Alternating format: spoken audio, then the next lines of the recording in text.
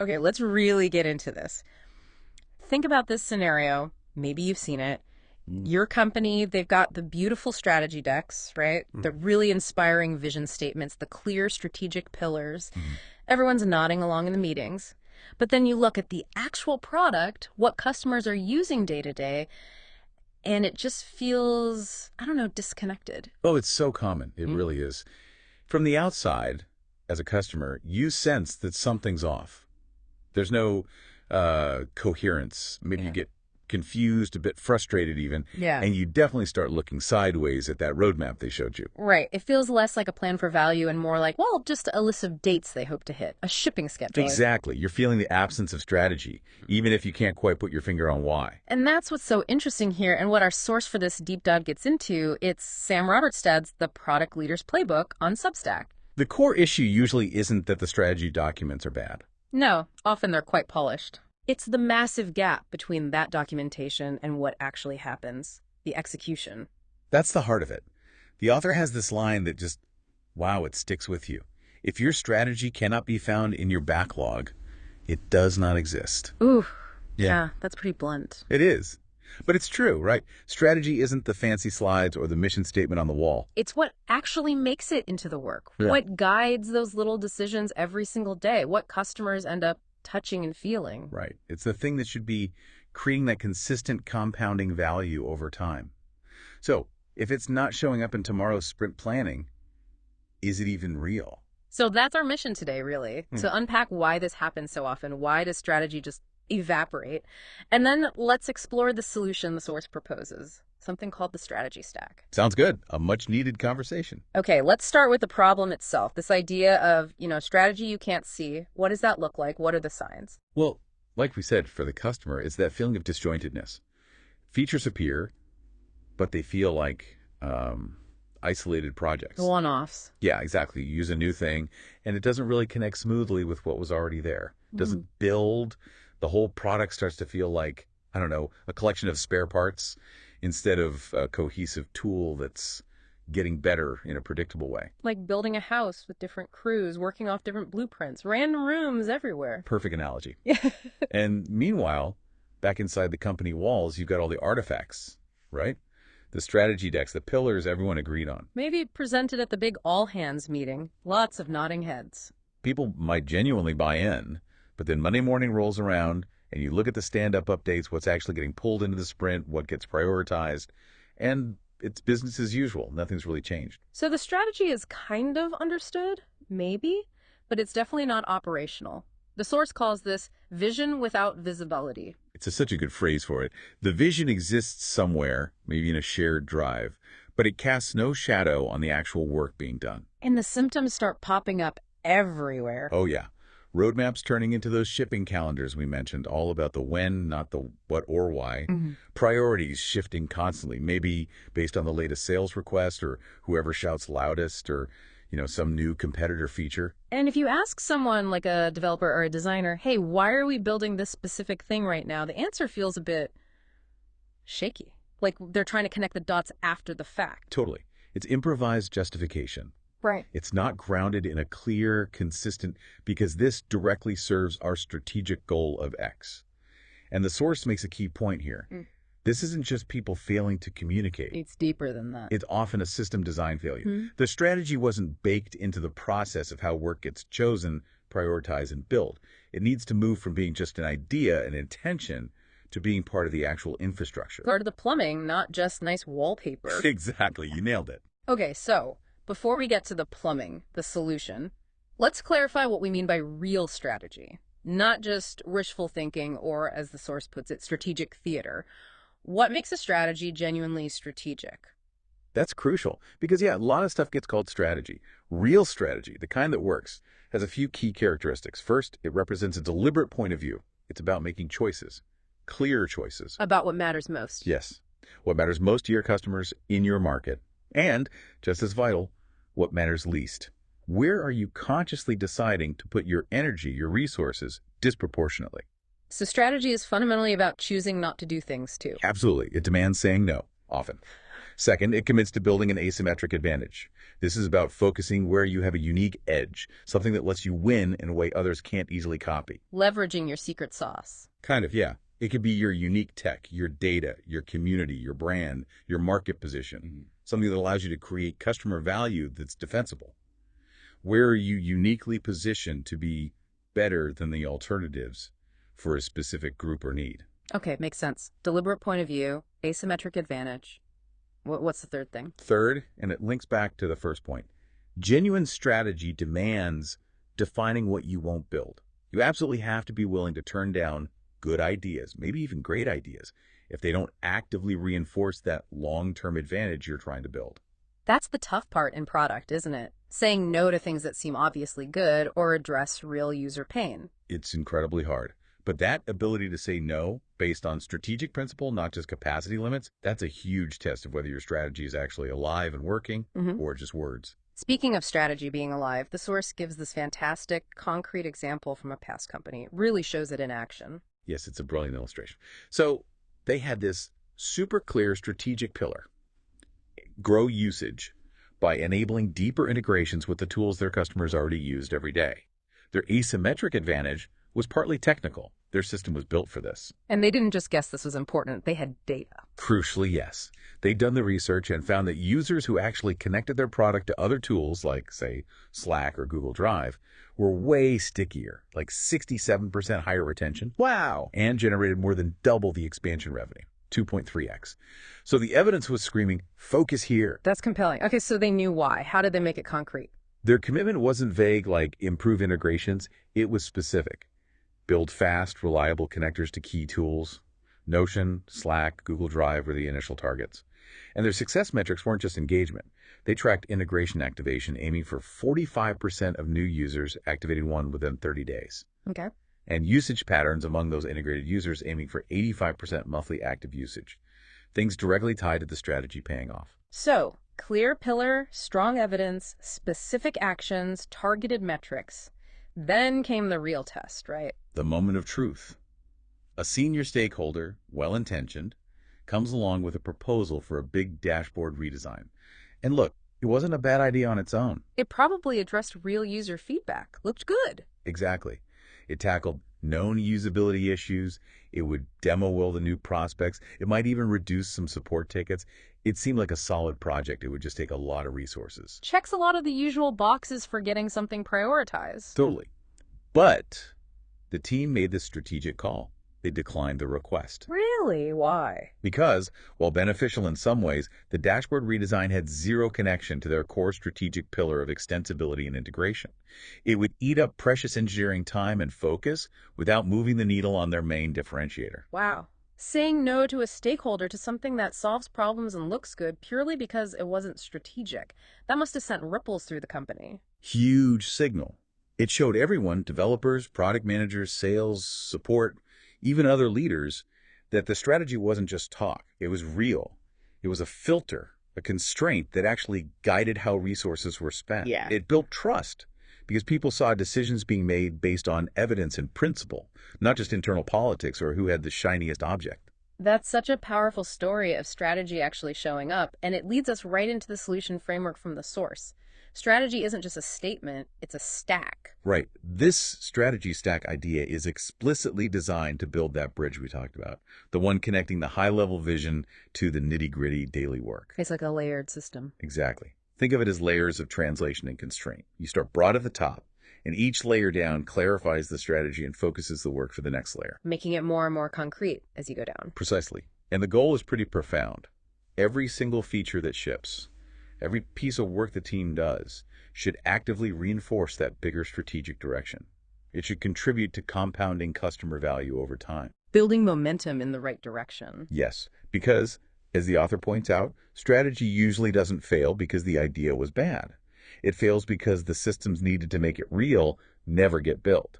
It stays stuck in the PowerPoint. Okay, let's unpack the stack layer by layer. What's layer one? Layer one, vision to pillars. This is about going from aspiration to position. It usually happens on a, say, quarterly rhythm. Yeah. You take your long-term vision, that customer transformation you're aiming for, and you translate it into 2 or 3 durable, focused, strategic commitments. Those are your pillars. And these pillars need to be concrete, right? Not just fluffy goals. Absolutely critical. A pillar like improve customer satisfaction is way too vague. Something like automate post-purchase support workflows using embedded AI. That's concrete. Because you can actually evaluate things against it. Exactly. A team can look at a proposed feature and ask, does this directly help automate post-purchase support with AI? Yes or no? Or maybe how much? Success at this layer looks like teams being able to clearly explain how their roadmap items connect back to these pillars, and new requests get an initial filter. Does it even align with a pillar? Got it. So vision to concrete pillars. What's layer 2? Layer 2. Pillars to objectives. This moves from your strategic position to thinking about outcomes. You probably assess this monthly. For each pillar, you define specific, observable customer outcomes you want to see within, say, the next 90 days. And key here is customer outcomes, not just internal stuff. Yes, this is crucial. These aren't your internal team metrics like velocity or even broad satisfaction metrics like NPS, although those matter.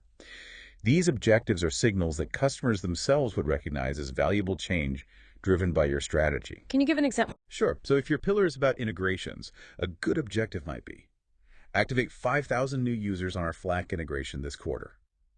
That's a direct measure of customers adopting the strategic capability. It's different from, say, ship the Slack integration by 2.3, which is output, or increase overall engagement by 10%, which is too general. Okay, so it connects the strategic pillar to something measurable happening with customers. Success here is tracking those leading indicators. Right. Maybe 2-3 key customer-centric indicators per pillar tracked monthly. And teams should be able to look at that data and reasonably predict strategic progress, maybe 30 days out. Okay, layer 1. Vision to pillars. Layer 2. Pillars to objectives, customer outcomes. Now, layer 3, this feels like where it gets really tactical, day to day. It absolutely is. This is probably the most critical connection point. Layer 3, objectives to decisions. This needs to be happening constantly, like a weekly discipline. It's about translating those desired customer outcomes into actual prioritization choices in your backlog. Making the strategy relevant to what the team works on next. Exactly. This is where you stop strategy from being ignored in the daily rush.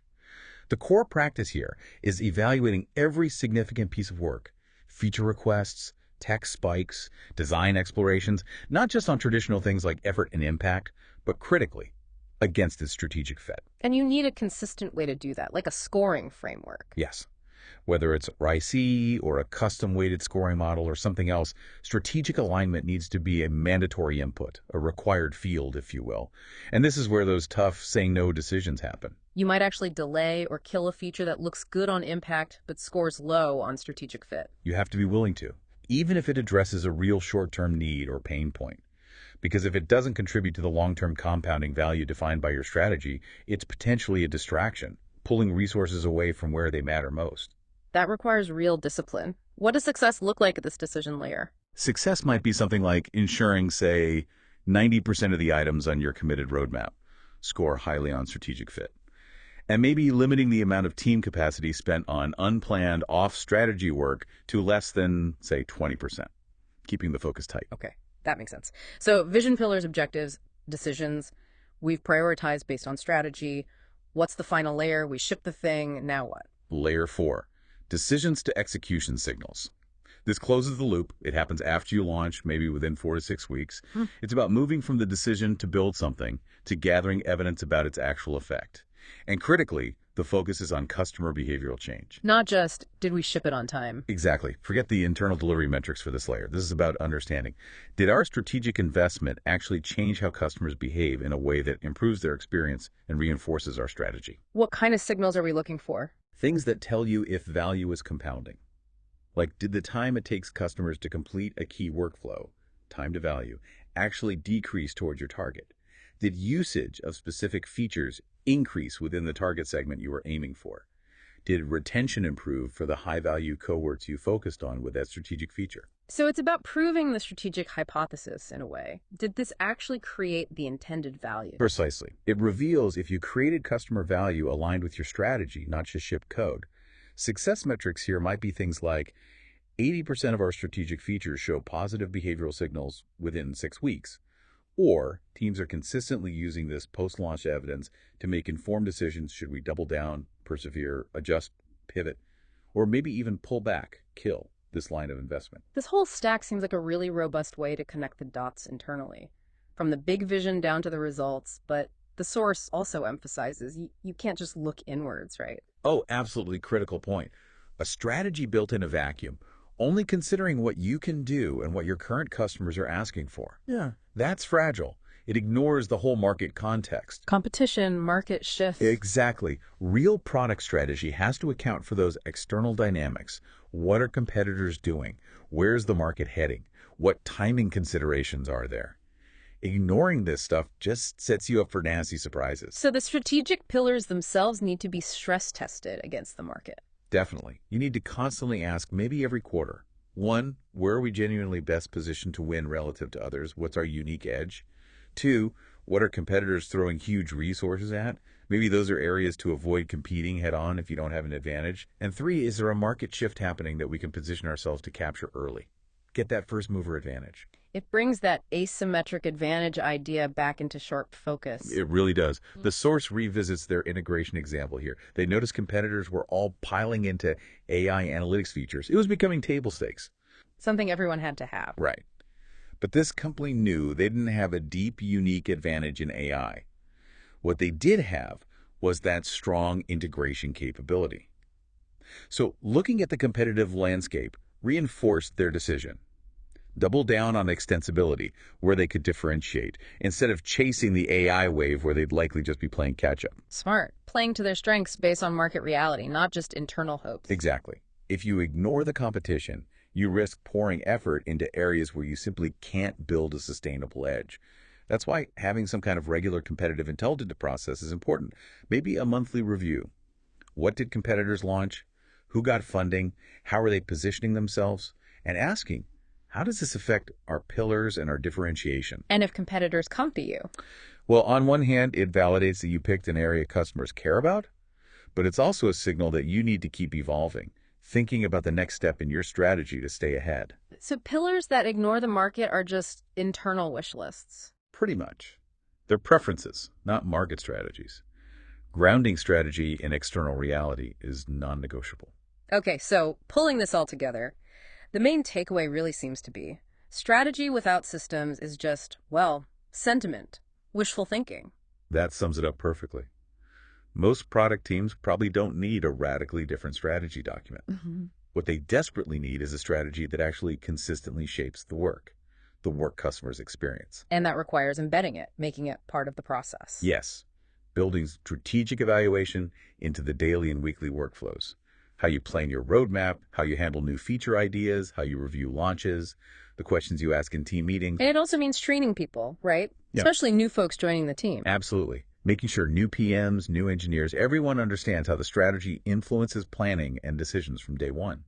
And it's about making those trade-offs we talked about visible, explicit, and based on principle, not hidden away or decided by who has the most political capital. That gut check question from the source is powerful. Can anyone on your team right now explain how what they're working on today connects to the strategy? If the answer is fuzzy, then you likely have a slide deck, not an operational strategy.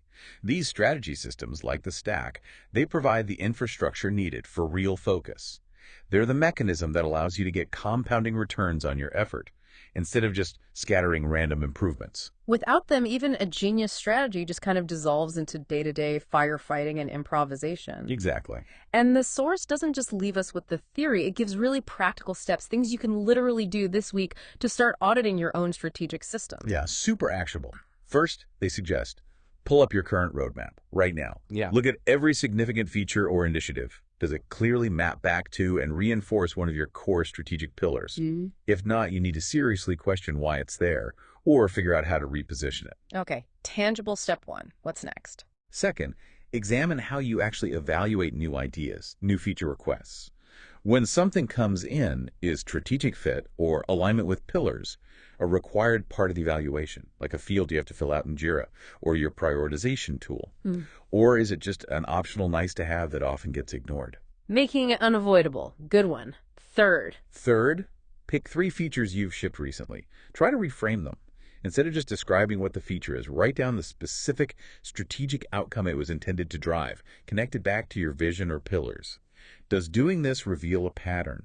It's your work genuinely building coherent strategic value. It's a good reflective exercise. I like that. Helps you see the forest for the trees. What else? Fourth, actually schedule a quarterly strategy audit.